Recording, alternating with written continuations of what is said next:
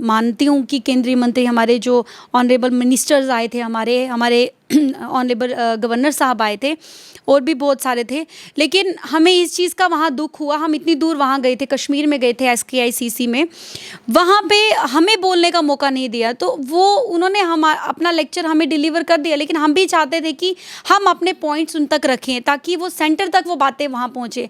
हमें बिल्कुल भी मौका नहीं दिया गया। कहते कि हमें बहुत सारी उनसे बातें करनी थी, हमारे मिनिस्टर आए थे। आउटरीच प्रोग्राम का मतलब यही होता है कि आपकी जो है आप लोगों की प्रॉब्लम्स आप सुने, लेकिन वो लोग वो ऐसा कुछ नहीं हुआ।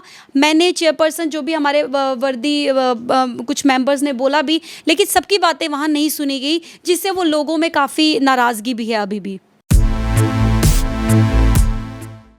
रियासी की जिला परिषद की उपाध्यक्ष सड़क पर उतर आई। लेडी दबंग की तरह खनन माफिया को रोकने के लिए मेरे साथ रियासी जिला परिषद की उपाध्यक्ष साजरा कादिर जी हैं। इनसे समझते हैं कि क्या जरूरत पड़ी इन्हें खुद सड़क पर उतर आने की। साजरा जी, क्या मामला हुआ था उस समय, क्यों आपको खुद जो है वो खनन माफिया को रोकना पड़ा?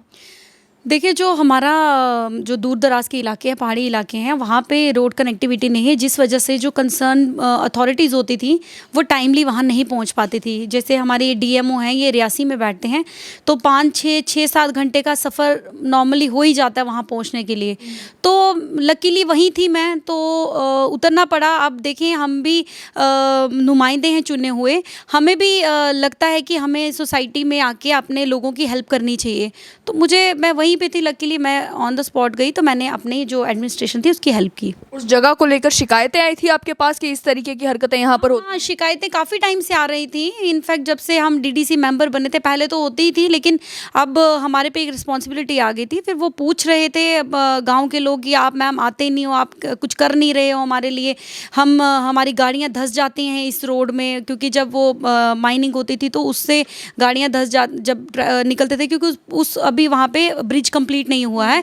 वैसे अब वो ब्रिज कंप्लीशन पे आ रहा है, तो वही एक रीज़न था जिस वजह से गाड़ियाँ वहाँ से जब मूव करती थी, तो ड्राइवर्स स्पेशली ड्राइवर्स, आर्मी वाले भी हमें कॉल करते थे, कहते मैम हमारा यहाँ से खाने पीने का सामान जाना है, तो हमारी गाड़ियाँ यहाँ फंस जाती है, प्लीज़ इसको रोका जाए।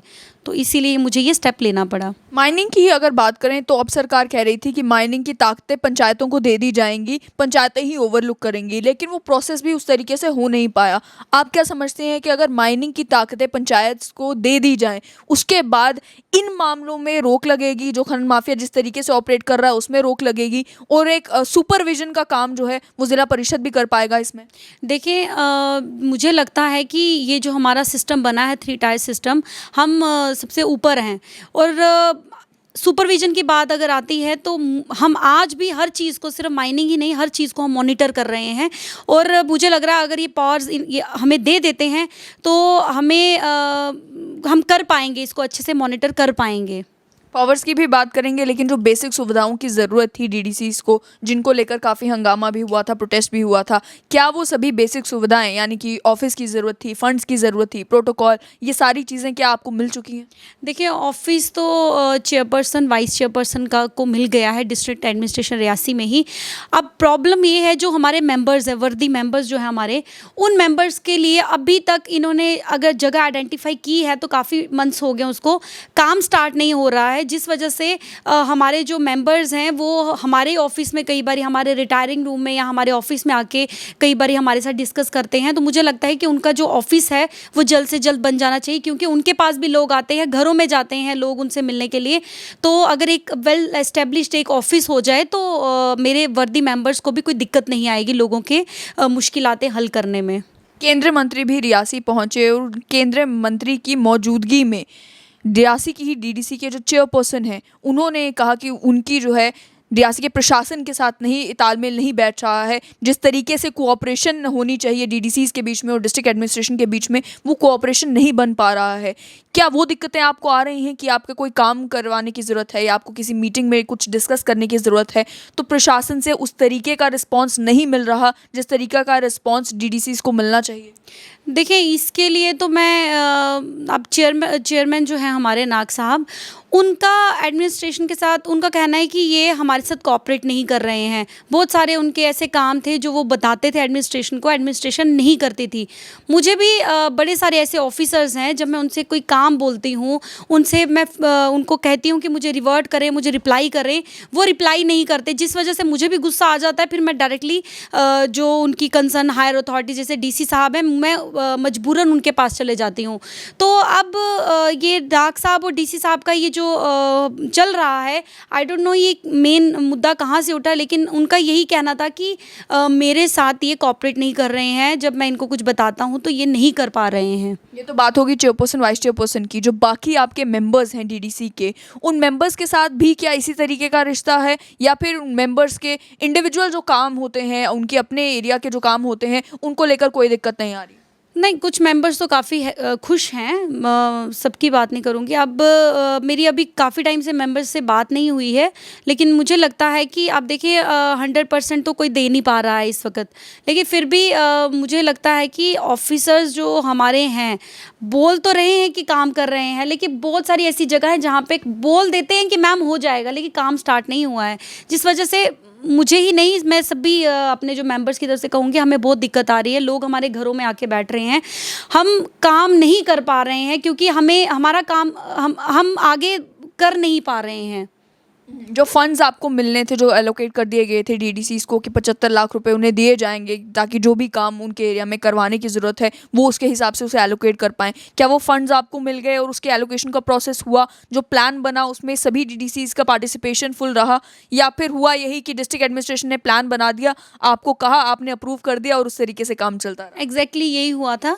हमारा जो प्लान था हमें नहीं पूछा गया था, जो उन्होंने अपना बनाया था, जो हमारा 70 lakhs का जो हमने बनाना था वो हमने बनाया था, खुद बनाया था। और लेकिन जब हम वहाँ पहुँचे, जो उन्होंने हमारे साथ डिस्कशन करनी थी, मेरे पास यहाँ पे कुछ पेपर्स हैं, उस पर उन्होंने लिखा है कि discussion with PRI members, discussion with BDC chairpersons, DDC members, लेकिन ऐसी कोई हमारी डिस्कशन नहीं हुई थी, जिस वजह से हमने उनके साथ काफ़ी नाराज़गी जताई थी। फिर हमने सोचा कि ये काफ़ी टाइम वेस्ट हो गया, क्योंकि जून आ गया था, 8 जून की ये बात है। तो हमने सभी ने अपने जो हमारे 14 मेंबर्स हैं, हमने सभी ने अपनी सहमति दी। हमने कहा चलो इस बार हम कर देते हैं, नेक्स्ट टाइम से ये नहीं होना चाहिए। तो फिलहाल उन्होंने जो बनाया हम उसे अब सहमति हैं, लेकिन उस काम में भी वो काफ़ी देरी कर रहे हैं। उस काम को भी कुछ स्टार्ट हुए हैं, कुछ स्टार्ट नहीं हुए हैं। उसके लिए मैं चाहती हूँ वो जल्द से जल्द वो काम स्टार्ट करें। लेफ्टिनेंट गवर्नर मनोज सिन्हा ने कहा था कि मैं मंथली बेसिस पर जो है PRI से बात करूंगा। उसके बाद चीफ सेक्रेटरी ने जब जम्मू कश्मीर ने जब मीटिंग कंडक्ट की, उसमें डीडीसी के सभी चेयरपर्सन्स को उनसे बातचीत की गई। यानी कि टॉप लेवल से इंटरवेंशन के बाद भी क्या आपको अभी भी इस तरीके की दिक्कत आ रही है कि आपको कोई काम शुरू करवाना है तो आप बोलते रह रहे हैं लेकिन वो काम शुरू नहीं हो रहा? देखिए, आपको सबसे बड़ी एक एग्जांपल मैं दूंगी। हमारे जो BDO हैं गुलाबगढ़ के, मेंबर मैं गुलाबगढ़ की भी हूँ, तो ऐसे ही हमारे काम जो हैं काफ़ी रुके हैं, काफ़ी उनकी पेमेंट रुक गई है, जिस वजह से लोग काफ़ी कॉल्स करते थे। और आपको जान के बड़ा दुख होगा, ये अभी तक इन्होंने कुछ काम स्टार्ट किए हैं और कुछ की BDO का भी कुछ अप्रूवल चाहिए, सिग्नेचर्स चाहिए। अब सुनने में आया है कि BDO हमारे कल ज्वाइन कर लेंगे, लेकिन मैं चाहती हूँ वो ज्वाइन करते ही सीधा गुलाबगढ़ की तरफ निकले, अपने एरियाज़, अपनी पंचायत में जाएँ, ताकि आने वाले टाइम में हमारे लोगों को पेमेंट या हमारे लोगों को किसी काम की दिक्कत ना पड़े। जो क्रेडिबिलिटी क्राइसिस एक बन गया था डीडीसीज का, जिस समय डीडीसीज खुद प्रोटेस्ट कर रहे थे कि हमारे पास ताकतें नहीं है, हमारे पास जो अथॉरिटी नहीं है, क्या वो कहीं ना कहीं कम हुआ है? क्या अब लोगों के बीच में वो ट्रस्ट आना शुरू हुआ है डीडीसीज को लेकर कि अगर हमें अपना कोई काम करवाना है तो हम डीडीसीज के पास जा सकते हैं, डीडीसी मेंबर्स के पास या डीडीसी चेयरपर्सन वाइस चेयरपर्सन के पास जा सकते हैं, और ये हमारा काम का भी खाली हमारी बात नहीं सुनेंगे बल्कि हमारे काम के ऊपर वर्क भी होगा? क्या वो ट्रस्ट थोड़ा बहुत डेवलप हुआ है, या अभी भी लोगों को यही लगता है कि जब तक MLA इलेक्ट नहीं होंगे तब तक हमारा कोई काम नहीं होने वाला? नहीं, जिनको जो हमें अप्रोच कर रहे हैं हम उनका काम कर रहे हैं।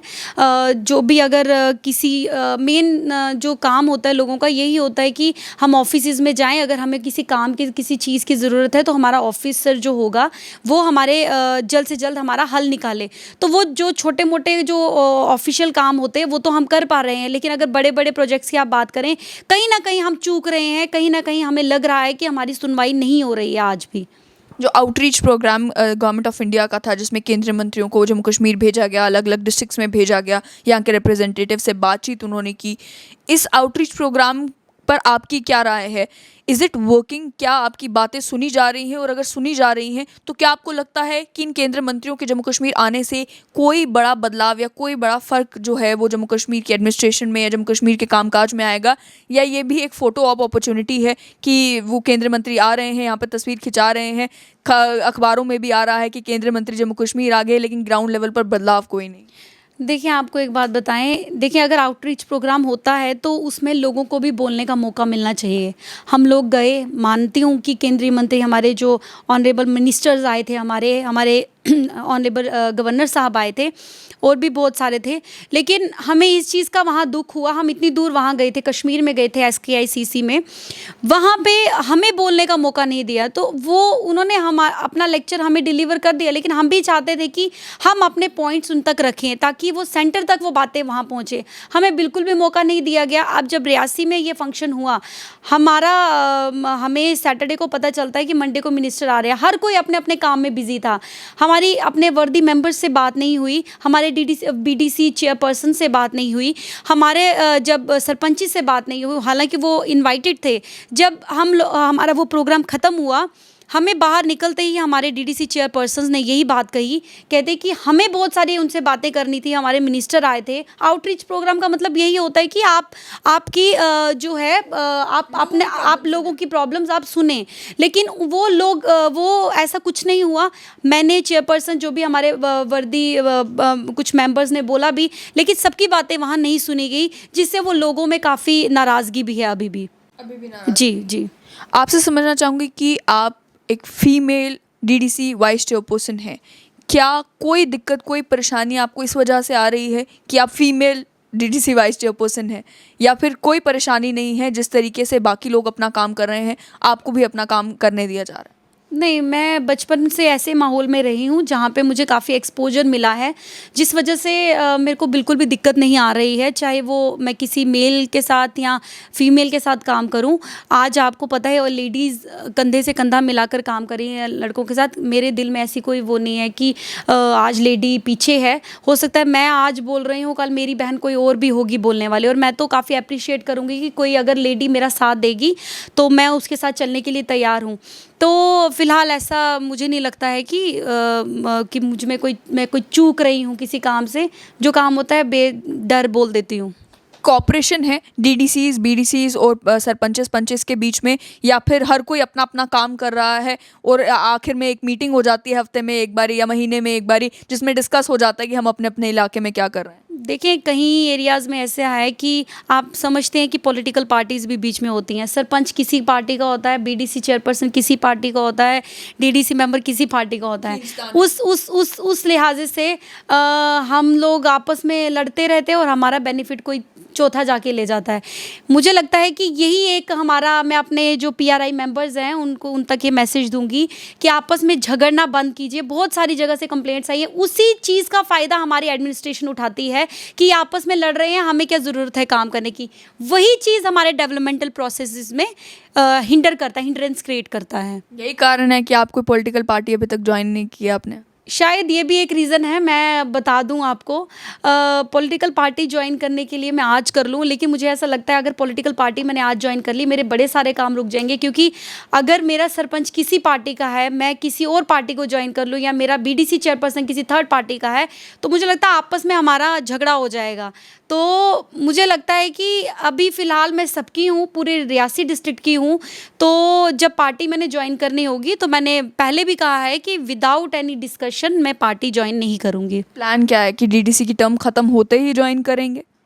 नहीं, देखते हैं आगे, ये पॉलिटिक्स है, देखते हैं आगे आगे जैसे जैसा मौसम आएगा वैसे वैसे हम। रिश्ते सभी से अच्छे हैं? रिश्ते मेरे सबसे अच्छे हैं, सभी से, सभी कॉल करते हैं। चाहे मेरा ऑपोजिशन में है, वो ज़्यादा कॉल करता है और मैं उसको बहुत रिस्पेक्टफुली आंसर भी करती हूँ, और उनको मैं श्योरिटी भी देती हूँ कि अगर मतलब आपका ये इशू है तो मैं इसको सॉल्व करने की पूरी कोशिश करूँगी। जैसे किसी पार्टी के अध्यक्ष रियासी आते हैं तो न्योता आता है कि आप आएँ, मिलें, बातचीत करें?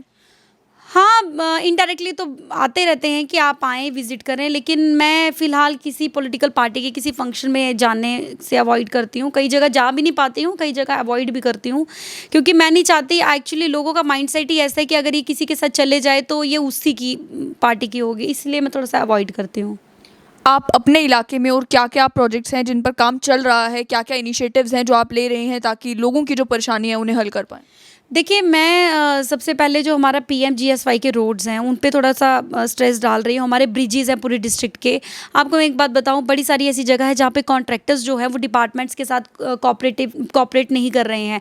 कॉन्ट्रैक्टर्स ने आगे कॉन्ट्रैक्ट दिया हुआ है, तो आप कॉन्ट्रैक्टर को ढूँढें कि उसके आगे वाला जो कॉन्ट्रैक्टर है उसको ढूँढें। तो वो बड़ी दिक्कत आ रही है। बड़े सारे ऐसे ब्रिजेज़ हैं, बड़े फ़ोन आते हैं, बड़ी सारी रोड्स ऐसी हैं जो कहते हैं आज काम हो रहा है, फिर 10 दिन के बाद वो सोच-सोच के काम करते हैं। कोई अभी वो ब्लैक टॉपिंग करते हैं, 10 दिन बाद बारिश आती है अगर, तो वो बिल्कुल वॉश अवे हो जाता है। तो उस चीज़ में मेरे को थोड़ा-सा दिक्कत आ रही है। फिलहाल मैं इसी में लगी हूँ। अब बड़े सारे अनइलेक्ट्रिफाइड एरियाज़ है, उसकी भी मैंने अभी रिसेंटली डीसी साहब से बात की थी। स्पीडी वो कर रहे हैं काम। वो कह रहे हैं कि मैम हमें थोड़ा-सा टाइम दें, हम कर देंगे, चल रहा है काम। लग जाएगी लाइट, बन जाएंगे रोड्स। थोड़ा सा टाइम कंज्यूमिंग है। अब आप कहोगे रातों रात ही हो जाए, वैसा कुछ नहीं होगा, टाइम लगेगा, लेकिन एटलीस्ट हमने शुरू तो किया है ना। तो मैं यही मैसेज अपनी पब्लिक को दूंगी, एटलीस्ट मैंने शुरू तो किया है, आप मेरे पे भरोसा रखो। टाइम लगेगा लेकिन हो जाएगा। बाकी जो गवर्नमेंट ऑफ इंडिया की स्कीम्स हैं, एमजी नरेगा हो गया या फिर प्राइम मिनिस्टर आवास योजना है, उसके जो बेनिफिशरीज़ हैं, क्या उन तक वो बेनिफिट पहुंच रहा है जो इंटेंडेड है, या उसमें भी कहीं ना कहीं हिंड्रेंसेस आ रही हैं इस समय? देखिए, मैंने बड़े सारे ऐसे पीएमएवाई इश्यूज़ देखे जहाँ पे अमीर को मकान मिल रहा है और गरीब बेचारा रह जाता है। वहाँ पे भी हमारे कई जगहों पे हमारे जो पीआरआई मेंबर्स हैं उनको थोड़ा सा देखना चाहिए, लेकिन नहीं हो पा रहा है। मैंने वही आपको कहा कि पॉलिटिक्स बीच में आ जाती है, वैसा ना करें आप। मुझे जहाँ से भी कॉल्स आती हैं कि हमारा पीएमएवाई छूट गया है या नरेगा की पेमेंट रह गई है, मैं उसी टाइम कॉल करती हूँ जो कंसर्निंग बीडीओज़ होते हैं, जो ऑफिसर्स, जो क्लर्क्स होते हैं। मैं उनको डायरेक्टली पूछती हूँ कि तुमने ये काम अभी तक क्यों नहीं किया। कुछ में अभी पीएमएवाई साइट अभी ऑफ है, जैसे ही वो खुलेगी तो बहुत सारे मेरे ऐसी लिस्ट में नाम है जिनको मैंने ऐड करवाना है। तो मैं यही चाहूँगी कि ये जो पहले आप इनको चेक भी करें कि जो जो पैसे वाला है, बिजनेस क्लास है, उसको ही मिल रही है पीएमएवाई का जो ये बेनिफिट है। तो उसमें थोड़ा सा किसी गरीब के लिए छोड़ दें तो एक सदका ज़रिया भी बन जाएगा। साजा जी, आपको क्या लगता है कि जब असेंबली के चुनाव होंगे, क्या डीडीसीज का काम आसान हो जाएगा या और मुश्किल हो जाएगा? नहीं, मुझे लग रहा है अगर एमएलए की इलेक्शन हो जाएगी, मुझे लग रहा है थोड़ा इजी हो जाएगा। हाँ, वहाँ पे भी मुझे लगता है थोड़ी कन्फ्यूजन ना क्रिएट हो जाए। बस अब देखते हैं आगे आगे कि पहले बीडीसी चेयरपर्सन और डीडीसी की कन्फ्यूजन थी। अब हम उम्मीद करते हैं आगे ये कन्फ्यूजन ना हो, आगे कोऑपरेशन से काम चले सभी के साथ। जी, बहुत बहुत शुक्रिया।